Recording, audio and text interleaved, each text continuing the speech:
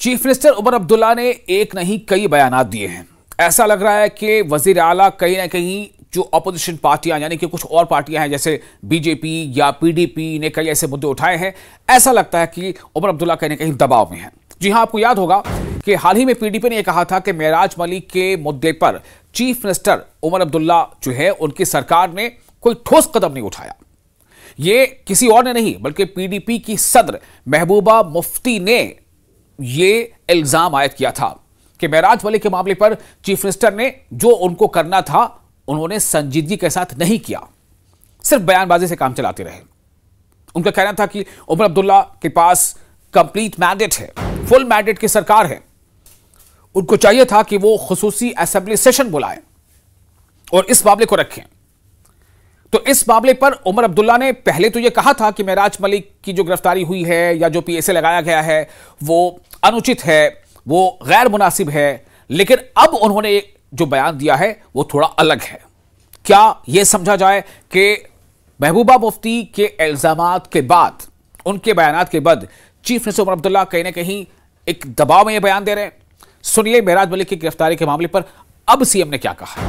अगर उन्होंने वाकई कुछ ऐसा पीएसए के लायक किया होता तो अदालत से उनको रिलीफ नहीं मिलता। अदालत से रिलीफ मिलने का जो मुझे लगता है उससे मतलब ये निकाला जा सकता है कि जो भी उनकी गलती रही वो पीएसए के तहत गिरफ्तार होने के लायक नहीं था। मुझे लगता है चुपचाप तरीके से हुकूमत के उस हिस्से को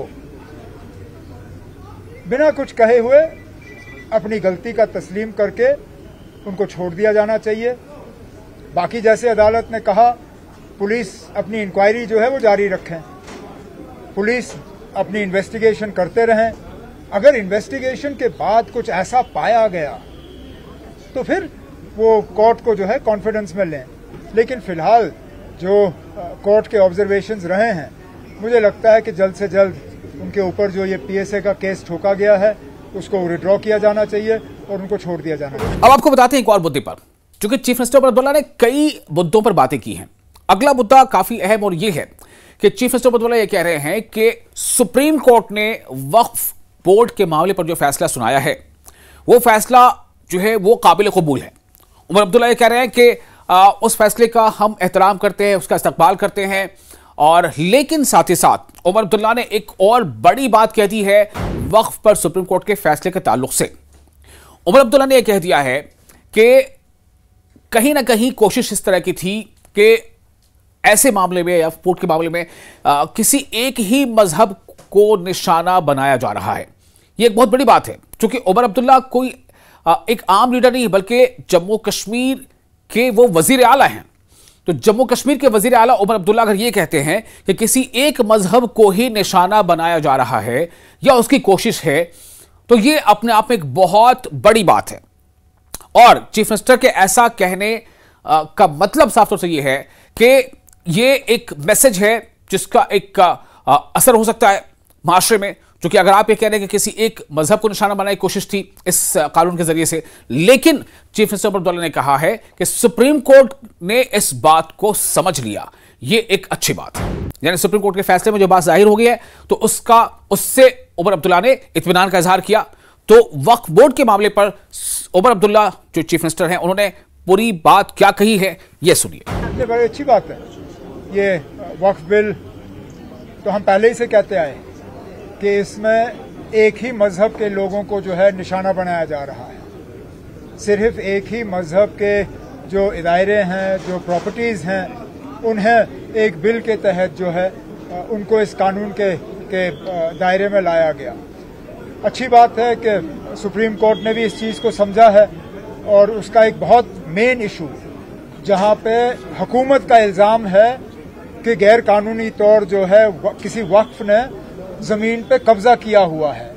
अब हुकूमत उस जमीन को वापस नहीं ले सकती जब तक कि अपनी पूरी कार्रवाई वो मुकम्मल नहीं करते। अच्छी बात है। इसमें जो बाकी कुछ ऑब्जेक्शनेबल हिस्से हैं अगर वो भी एक एक करके बाहर आए तो अच्छा होगा। और अब एक और अहम बात, चीफ मिनिस्टर उमर अब्दुल्ला ने एक बात अहम ये भी कही है, वो है इस ताल्लुक से जो फ्रूट ग्रोवर्स के बीच एक बेचैनी है, जो फ्रूट ग्रोवर्स काफी नाराज हैं और नाराजगी की वजह यह है कि उनका जो फल है वो ट्रकों में पड़ा है और ट्रक सड़कों पर खड़े हैं। वक्त रहते ट्रक अगर मंडी तक नहीं पहुंचेंगे तो फल खराब हो जाएंगे और फल कई खराब होने शुरू भी हो गए हैं कई ट्रकों में।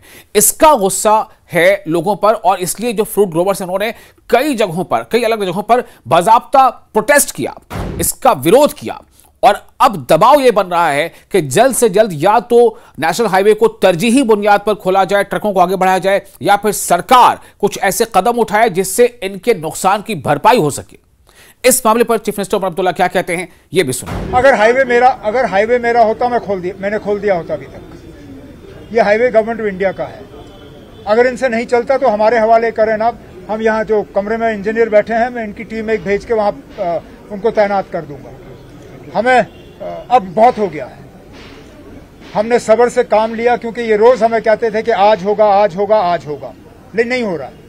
तो आज मैं यहाँ इन 2 प्रोग्रामों से जो है फारिग होके मैं यूनियन हाईवेज के जो मिनिस्टर हैं गडकरी साहब, उनसे फोन पे बात कर लूंगा कि हमें फटाफट जो है ये हाईवे हमारे हवाले किया जाए, इसको रिस्टोर करके जो है ट्रकों के लिए जो है ये इसको खोल दिया जाए। लेकिन उसके साथ साथ मैं रेलवे मिनिस्टर साहब से भी गुजारिश करूंगा कि एक ट्रेन चलने से कुछ नहीं होगा। आपने एक ट्रेन चलाया, उसके लिए हम शुक्रगुजार हैं। मेहरबानी करके इसको एक रेगुलर सिलसिले के तौर पे चलाइए ताकि जो फ्रूट ग्रोअर्स हैं या बाकी ट्रेडर्स हैं, अगर वो ट्रेन से अपना माल भेजना पसंद करेंगे तो भेजें, जो रोड से भेजना चाहे वो भेजें। अभी ये एक ट्रेन आज उसका जो है सेरेमोनियल फ्लैग ऑफ हुआ। चलिए अच्छा, हम शुक्रगुजार हैं कि एक ट्रेन का सिलसिला शुरू हुआ, लेकिन इसको बार बार चलाइए जब तक कि हाईवे जो है पूरी तरह से स्टेबलाइज ना हो।